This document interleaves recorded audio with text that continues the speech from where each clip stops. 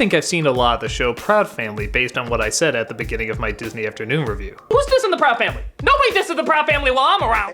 But the truth is I've never really seen any of those shows, that was more just to make a joke work.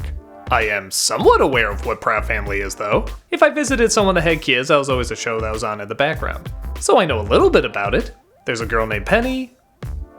That's it. Yeah, I don't really know too much else outside of that. The reason I bring this up is because I'm not exactly an expert on whether or not the Proud Family movie is faithful to the Proud Family show. I just kind of assumed the show was kind of like Goof Troop, where it's suburban antics mixed with cartoon zaniness. But let me tell you, if it's anything like the film I just saw, this must have been one of the craziest shows out there because this movie was weird. But luckily though, in all the best ways. It opens with probably the strangest mad scientist I've ever seen in anything. He has a nose that keeps falling off and his master plan is to create a race of peanut people. Yeah, peanut people. He even has little peanut sidekicks. The problem is when he makes these peanut people, they don't last very long. But he comes across the Proud Family whose father, named Oscar, is working on a food preservative that multiplies food. Yeah, this never comes back again. But it also makes the food taste awful, so the higher-ups don't listen to him. You got something that can multiply food and you're getting rid of it just because it tastes bad? Come on, take that, you can work with it somehow. But the mad scientist is happy because that preservative he can use to preserve his peanut people. So he sets up a phony contest that he says the family won and flies them out to his island. That seems to be a thing in these Disney Channel movies, isn't it? But things of course go loony as Oscar discovers the mad scientist's scheme and he makes clones of the family. The clones end up going back to their town, accidentally taking the real Penny, and the real family is stuck on the island with clone Penny. Absolutely none of them are aware that they have the wrong Penny. But the real Penny actually seems to like the clone father, but is confused why her mother is suddenly talking like a gangsta teen. Come on, little sister. What's the 411 on Oscar?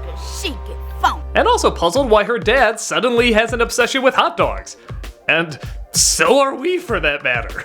Without giving anything away, the story goes so insane and so ridiculous that it actually starts to make sense. They actually do have a reason why the mad scientist is obsessed with peanuts, and when it's revealed, it's so absurd you can't help but kinda buy it. Maybe that's the best way to explain this movie. So crazy that you can't help but enjoy it.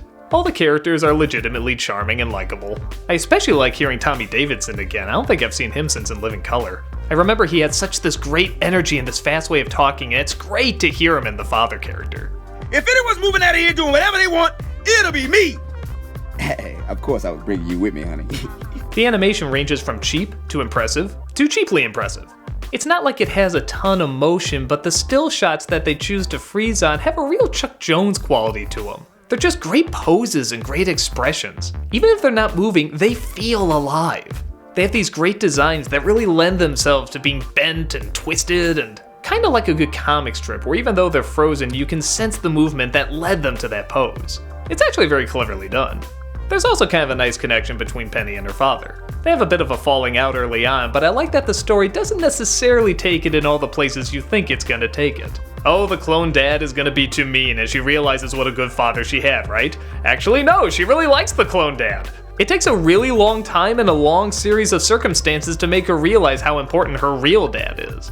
Again, it's strange, but it somehow really works. So again, is this movie representative of what the Proud Family is about, or is it too zany or not zany enough? I'm not really sure. All I can say is I had a lot of fun watching this movie.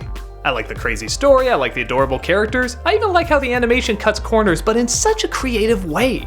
A way that surprisingly looks great and leads to a lot of great line work. Bizarre? Definitely. But also definitely a lot of fun.